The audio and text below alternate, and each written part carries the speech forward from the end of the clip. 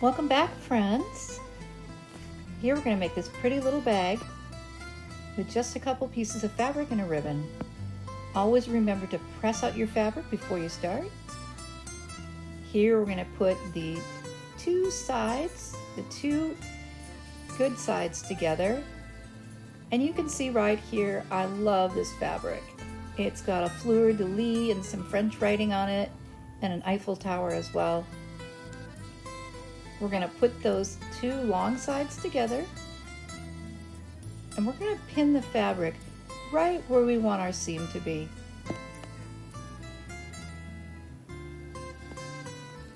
This will be the first seam that we make on this. And you always want to pin your fabric even if you're doing a small project because your fabric does slip. I apologize for my hand being in the way. I'm still figuring this out. On this machine, I have to adjust the needle before I sew.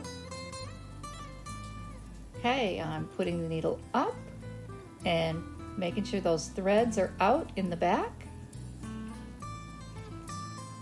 You don't want your threads to get caught under the fabric because then you could cause a jam. Just setting the fabric, or I'm setting the pressure foot just a little bit onto the fabric at 1/4 of an inch. Now I'm going to back stitch. Stitching just means reverse stitch. And you usually have a little button right there. Here we go. And you see I'm pulling out the needles. I'm pulling out the pins. Pulling out the pins as we go, but not sewing over the pins. If you sew over the pins, you could break your needle, or else, even worse, your pins can go inside the machine. I've had that happen before, where they've ended up inside the machine. Now you're just going to cut off the thread with that little razor on the side. Always remember to press your fabric before, during, and after you're sewing. Here I'm just measuring first a 1/2 inch for the channel for my ribbon to go into. So it'll first be a 1/2 inch and then it'll be 3/4 of an inch.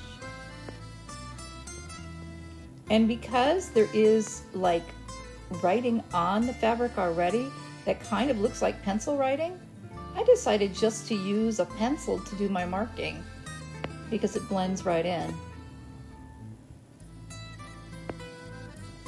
But normally you would use a fabric pen or a fabric marker that would disappear when you iron it or you wash it. So first I did my 1/2 inch, and then when I fold it again, I'm going to be doing my 3/4 of an inch. You want to make sure you press it right, because sometimes when you are ironing, your fabric will slide and you'll end up with one side larger than the other. That's what I'm showing you right here. It's not equal all the way down, so I have to go through and repress it, adjusting that piece on the end so that now it's going to be even. There we go. Now it's even. Then we're going to fold it over again.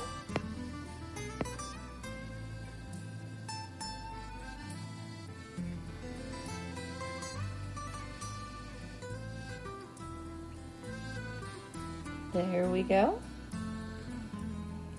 And as you can also see that I did already press the other hem that I did. I pressed it open. The very first hem I pressed it open. So you can see that right there. There you go, right in the center. Now I'm going to pin right where I'm going to sew again.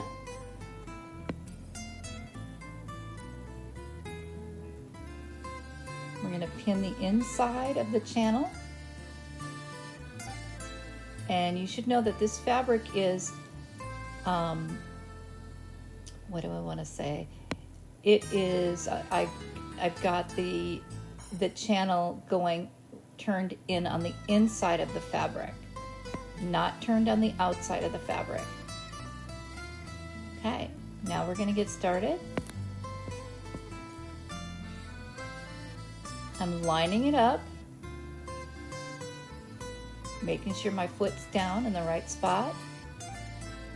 And in this situation here, I'm pulling the thread out the back, but it got caught up in the foot, so I have to keep working with it a little bit.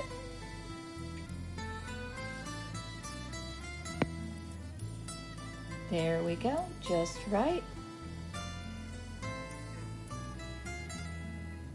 And again, we're going to just go right along that edge. See how that thread it just jumped right back up. Sometimes when you backstitch, your thread will pop right back up again. And so you have to go and pull it to the back again. You have to pull it to the back of the machine again. Okay, now what I did was I folded the two sides together. So I folded the fabric in half. I just wanted to show you how I did that. And the next thing we're going to do is we're going to sew a seam along the top side, the side there, and then we're going to sew a seam along the bottom to make our little bag, and then you'll turn it inside out. Now that the bag is turned inside out, I'm going to go ahead and take a large safety pin, pin it through the end of the ribbon. I'll show you here in a second. There we go, the end of the ribbon. And then we're going to pull it through that channel. Now there are two ways that you can do this. You can either do what I did and just sew up to the top of that channel, or you can sew over it and then put a little cut in the fabric, a slit in the fabric, so that the ribbon can come out of that little opening. So with the help of the safety pin, you just pull that ribbon through the channel and you make sure that it's even on both sides. And you also want to make sure you put a knot on either end so it doesn't go back into the channel of the fabric.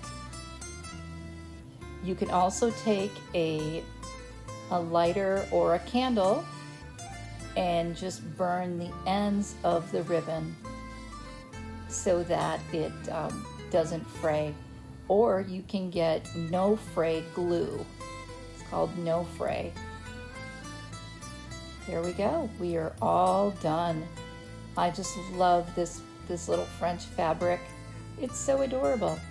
Now what I made this for was for my weights, for my pattern weights that we made last time on one of my videos.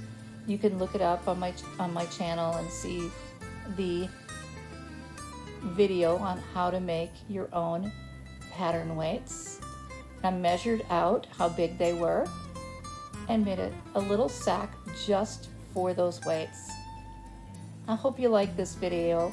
I hope you enjoyed it, and this is a project that's simple enough for beginners to do.